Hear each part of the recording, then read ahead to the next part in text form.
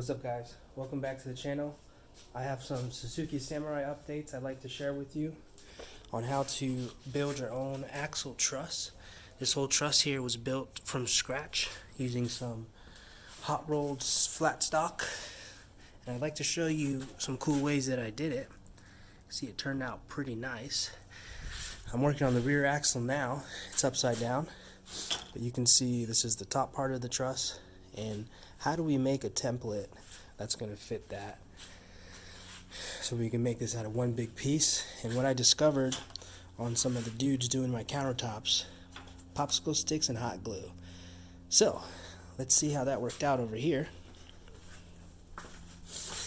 I have my popsicle stick template that fits right up in there, and it was hot glued together stick by stick to make that shape.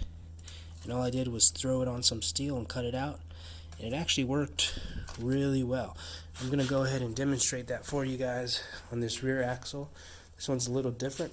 We have quite a bit of distance here to hang those brackets for the forelink. The first thing we have to do is we have to mark where we want our truss to end up.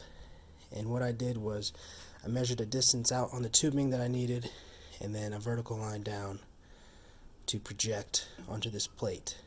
And that's where our popsicle sticks are going to be built off of. Alright, let's go ahead and start the template. I'm just going to use my lines that I drew to reference where the template goes. And remember, this is just 2D, so if you stack, it doesn't really matter because it's going to end up in a 2D space anyways. So I'm just going to throw some glue down on my first stick, hold it flat to the truss, and we can start building off of that. I'll go to the vertical pieces, have my reference line up top. So what I'm going to do is I'm going to throw some glue at the top here, and then put it on my line. It dries pretty much instantaneously because of the steel. And then I'm just going to attach the two pieces. So dab it, and then we can gotta be a little gentle here. It dries pretty quick, and we can start just building.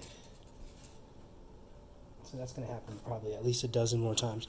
We can start building, the connection between the bottom and upper piece. Get everything aligned again.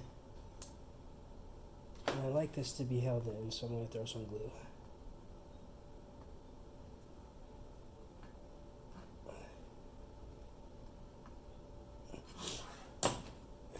And then we're just going to continue building. Glue it up.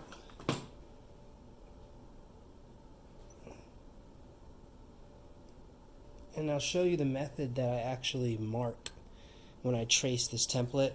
I'm not going to use this as a straight edge. I'll end up using a point there and a point there, and then using a straight edge to get that perfect. This is really just a way of getting a rough estimate.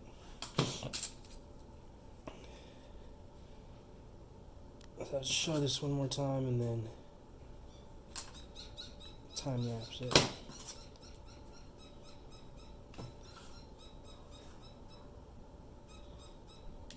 I actually can build this pretty fast. I'm going to push it up so it stays parallel with the other one. Now it's a nice straight line. And we'll do that for this whole truss, and then we'll pull it off.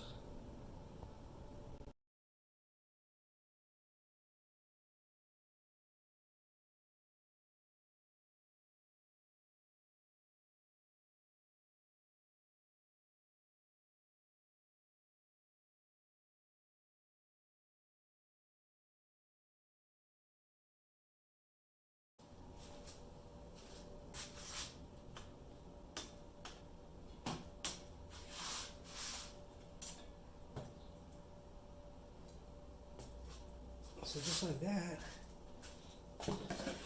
here's our truss. Pretty simple shape. That took about 15 minutes.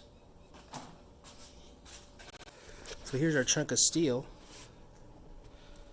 1/4 inch. We're just going to go ahead and line it up and trace it and then we'll cut it out.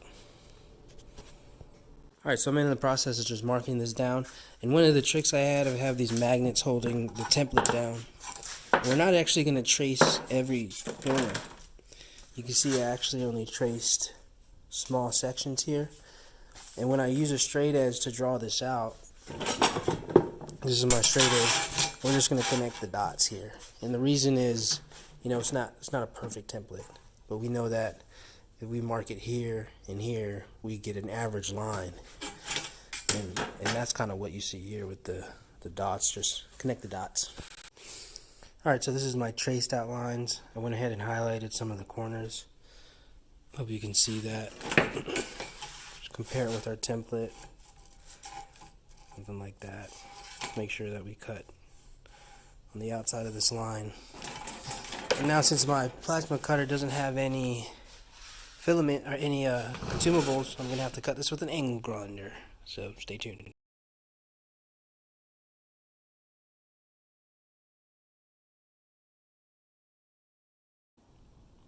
Alright, so here's the finished cut piece.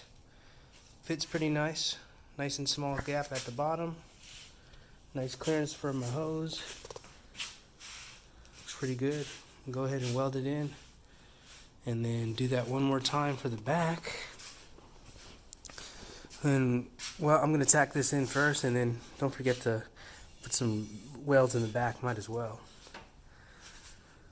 I think that's it for the truss build. Thanks for watching. Don't forget to subscribe.